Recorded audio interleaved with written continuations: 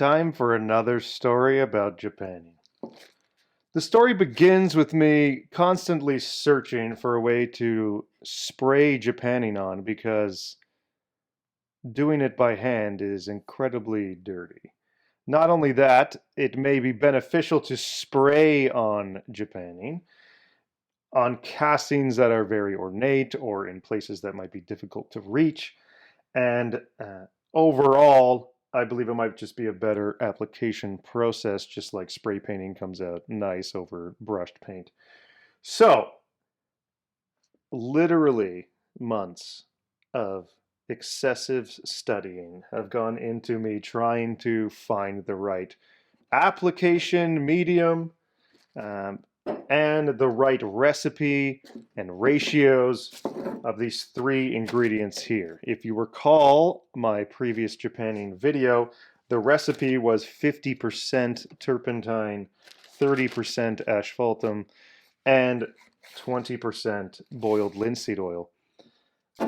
The new spray Japanning recipe is 60% turpentine, 25% asphaltum, and a beautiful 15% boiled linseed oil. And that should be enough to get you to a consistency and product that is exquisite. And we are going to test this out very quickly, and I will show you with two application methods. One is a home pressurized with an air compressor spray can, and one is like a squirt bottle that was specifically designed for very thick liquids. I got this one at a local hardware store, but you can get these off the internet for about $30. I got this bottle, which is specifically designed for thick liquids, off McMaster-Carr for $4. So it can be done, and I will show you the mastery that is the spray Japanning technique. Every time with the phone.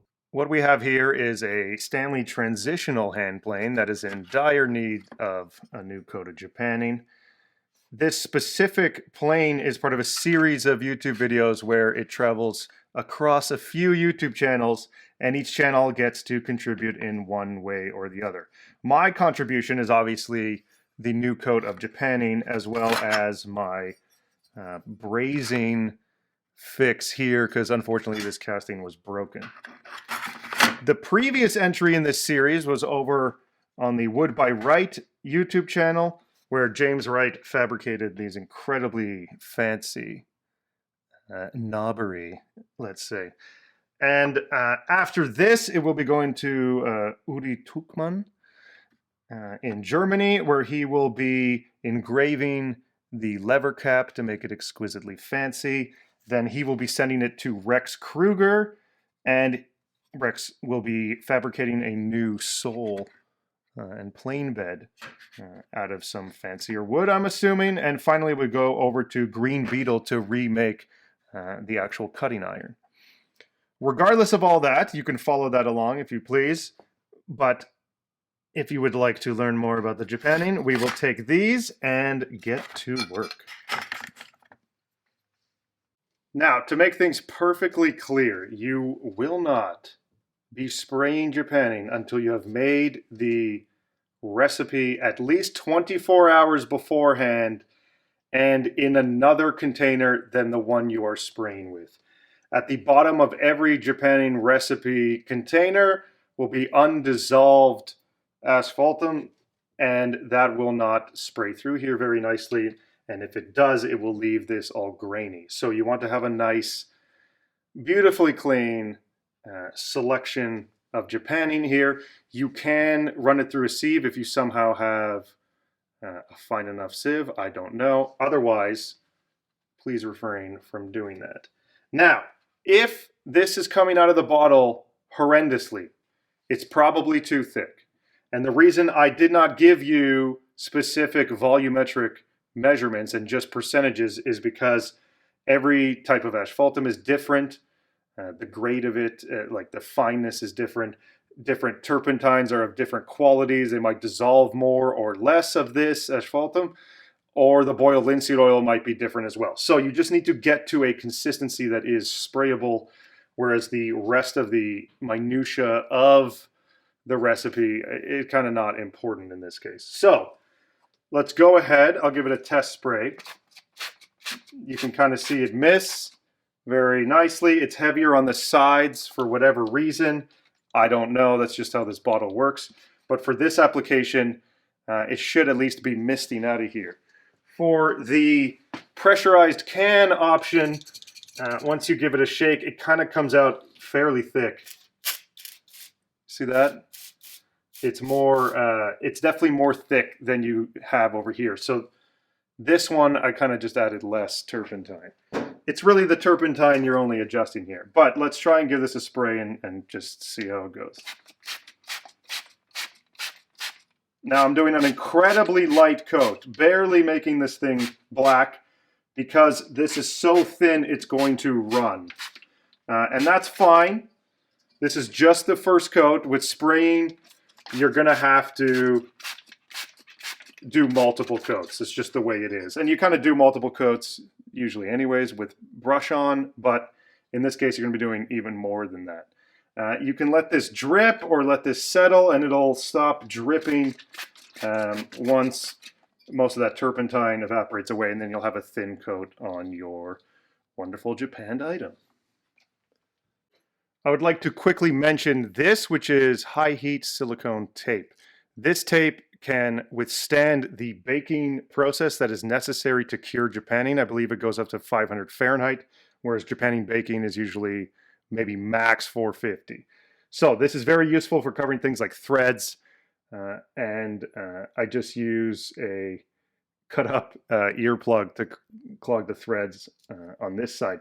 This face does not need japanning, so I hit it with just a little bit of wax, and it should be able to be scraped off pretty easily. I'm also just going to flatten this on a diamond stone anyways, so it doesn't need any coverage at the moment. But wax works just fine. You cannot take japanning off, at least this recipe, with paint stripper. Once it's on, you can only sandblast it off. Paint stripper does nothing to this. So I'm going to use the spray can, the pressurized one this time, and we'll see how that goes. See, it's much thicker. Might be even easier to work with than the other spray bottle type. It's still going to drip, and there's still going to be lots of micro air bubbles that will pop over time. If not, you can hit them with a torch like you would with epoxy table or something.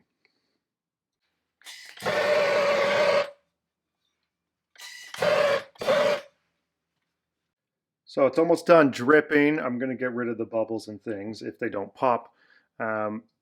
Another tactic for a more advanced japanner would be to heat the casting up very slightly, not 400 degrees or anything crazy, but just hot enough where you probably couldn't touch it anymore for a long period of time, and the turpentine will evaporate faster and create less of a dripping mess. These little knobs and drip points will be going away because we're doing multiple coats and we're sanding, and the final coat will go on very lightly and not cause any dripping. So it's just an initial coat issue right now. Okay, it's been about an hour that I let them just dry in the air. Now I have a preheated oven at the start of the bake cycles, which are 200 Fahrenheit for an hour, 300 Fahrenheit for an hour, and then 400 Fahrenheit for another hour with cool downs in between. I will see you three pieces in many hours. Okay, here we are. Now, in between the time of baking the first coat and obviously the finality that is this sensual coating, it was about 4 coats, I believe, which is more than you would do if you were just straight brushing this on. The coats are obviously thinner because we thinned the actual japanning mixture. So it takes a little more time for baking, but definitely less time to apply and way less time to clean up. And in my opinion, the best type of Japanning coat is one that's fairly thick, not too thin. You can see here that there are areas that don't look like cast iron and are fairly smooth, and that's what you're looking for, at least in terms of a Stanley hand plane, which they slapped on the Japanning fairly thick. So that's kind of what you can always tell the difference between like a japanned plane and just painted plane. The painted ones seem to always have like a thin coat, and it looks like you just sprayed cast iron directly with one or two coats, whereas Japanning settles out and really makes a much smoother, glossier surface. This is now baked fully and crazy hard. It's essentially completely done. I use this to block the thread holes here, and I can just remove the Japanning here with some wire wheeling.